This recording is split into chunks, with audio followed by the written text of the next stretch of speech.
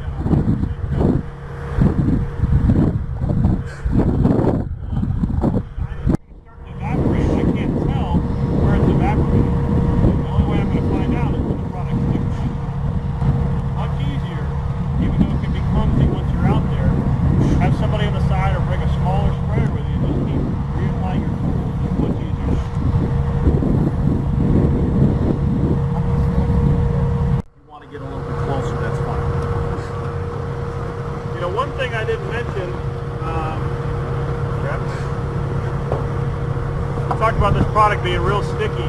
Product sticks. Your steel trowels, your margin trowels, you'll have to grind the product off.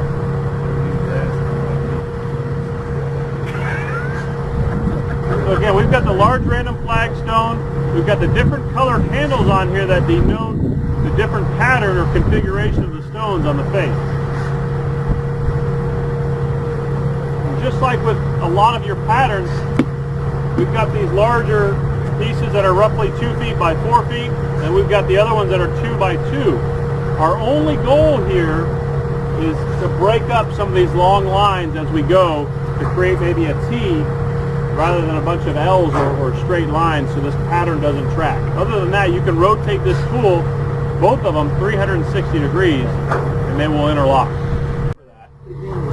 The next day you can take a cold chisel and pop off the tall squeeze joint and then grind it smooth.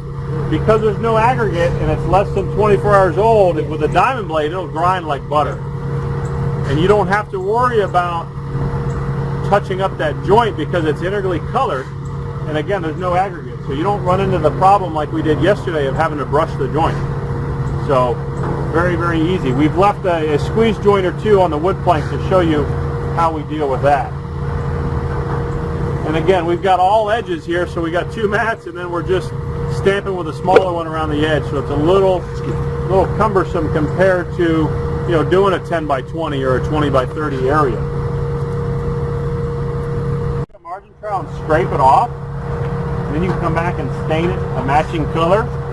And if it's a tall enough slab, you could actually parge this product on and texture it so that pattern or that look continues down the face. Okay.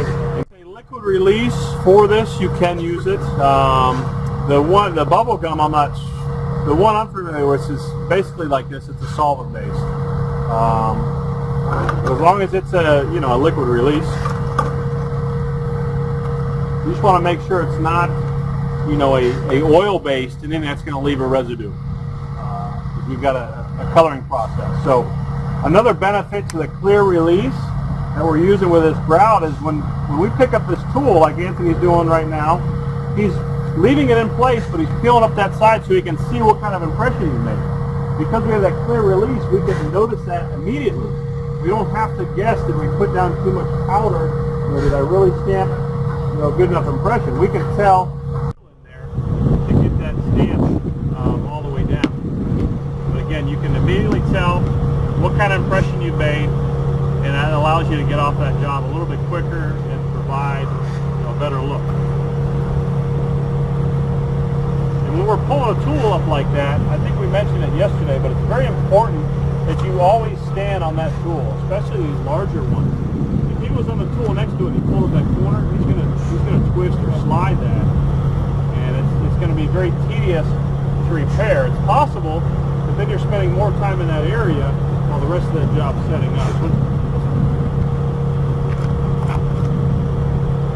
And this pattern's a little bit larger, so it's difficult for one person. But the benefit of this is every time you put that tool down, you're covering twice as much area as the smaller one. They're looking at the tool, they're making sure it's still shiny. Again, like an Armor All tire, they've got that sheen, they're going to reset it and keep going.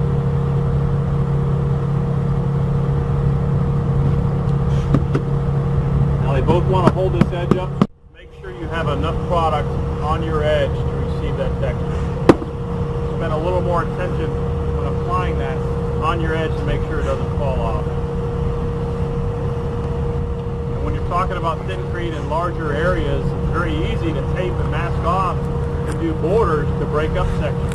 If you have a lot of saw cuts and control joints, that's a great opportunity to incorporate a grid of borders to completely change the look of that job, so it's not so busy with just one pattern running from here to the other end.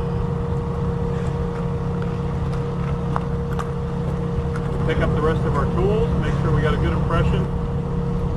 In terms of Thin-Crete, if all we're using these tools for is Thin-Crete, we stack them horizontal, put them in the shop, and they're ready for next time. We don't have to do anything with those tools. If we have any grout on them, we'll obviously want to scrape that off right now while it's still wet, but other than that, they're ready.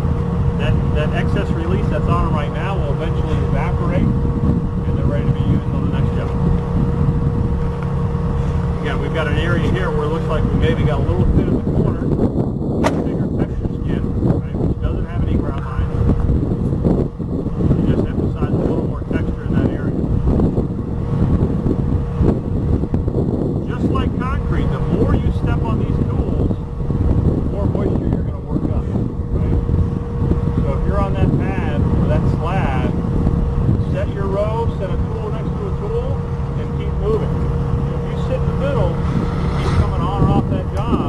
that same tool, you're going to work up, you're going to agitate the grout with the concrete, you're going to work up more moisture and it can potentially stick to your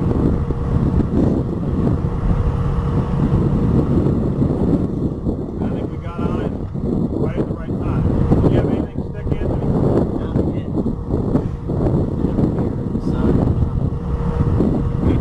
Yeah, that edge, I mean, it was border.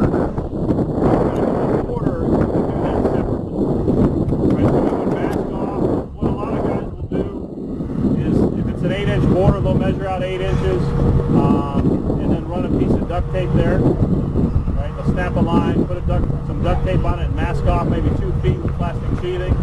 Apply your grout just over that duct tape line, but be aware of where that is. Stamp your pattern. Okay, then you can take a margin trowel and just cut along that line. You can reset your string like a dry string, and then peel that duct tape up. Now you've got a nice edge, almost a form, for lack of a better term, to put your infield material against. And obviously mask off that border the next day with plastic and tape so you don't contaminate it. And then when you come back, you'll have a nice tight seam. It won't be perfect, but that's okay. When both sides are clear, you come back with that crack chasing back plane, and run it in there and paint. It's kind of like a control joint, even though you don't need a control joint, but it gives you a nice camper on either on our grinder, and just basically lifting some weight up off of that grinder, barely touch that, it'll smooth it out like butter. We're not going to bear down on it because then we will grind through it into the concrete. We just want to knock this little ridge off from that squeeze joint, and that's going to be the most effective, cleanest way to do it.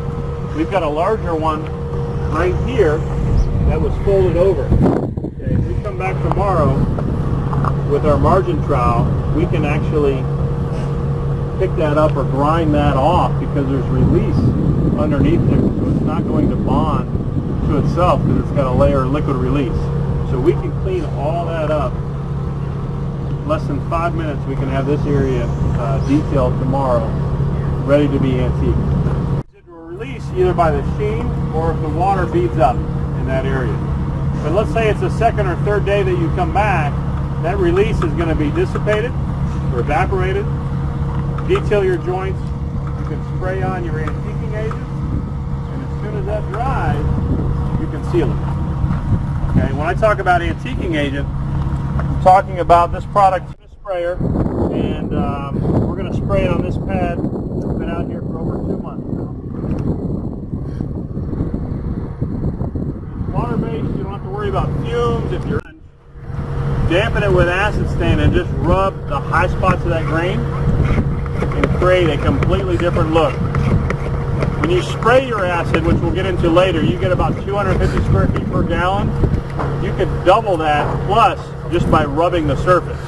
So you're talking for about 3 or 4 cents a square foot, if that, and a little bit of labor, you can give them a completely different look on wood planks. We didn't do that in time. We don't want to do it right now because it won't dry in time for us to apply our antiquing agent. But we've got several samples around with the acid stain on the wood plank. It looks great. Acid first and then wait for it to dry and then put it in and take out? Yeah. With your acid stain. Yeah. Yeah, just to add another look. After the acid dries. Correct. Wash the acid. Yeah, if you when we're talking about acid staining this, you still want to rinse the residual acid. Yeah. So it will, in terms of the time on the project, it will extend that because you'll have some more waiting time involved, but it won't add a whole lot of labor. Now it almost appears like there's a little bit of artistic nature with this because he's gone back and hit some areas trying to get a little bit more of the dark. Yeah, I wouldn't call it artistic as much as he just wants to make sure he's got a consistent coverage. Yeah, you're just trying to get it more into areas where it shouldn't. Yep. Yeah, you want to make sure you highlight all the gray, not taking anything away from Anthony here. But it's not difficult. You just don't want to over-apply. You want a consistent look. Yeah. Now this slab's been out here for 2 months plus. It's a darker brown. It was really light because we've got some efflorescence on there from all the rain hitting it. You don't want to leave a job open that long. You want to get on it, get it finished, get it sealed up. If this happened for some reason, you really want to do a, like Rich said, while it's wet, garden hose, rinse it off 100%, start over. You got that clean base color, you know, as a slate to start over. So you're just very motion rate to make it Lighter or darker. or appealing to your customer. Correct. Or we could change our antique color altogether. So it's got to be fluid in. So to get to do it.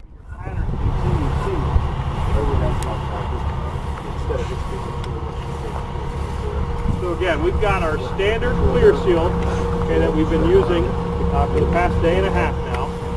It's called Clear Seal. It comes in a VOC version, also comes in water-based, but this is the best, most recommended all-around architectural seal. Match up two stamps in the middle of a stone. You'll never notice it because you're bonding to that slab, and it'll grind flush, and it'll antique, and it'll be non-existent. West, that helps avoid roller marks.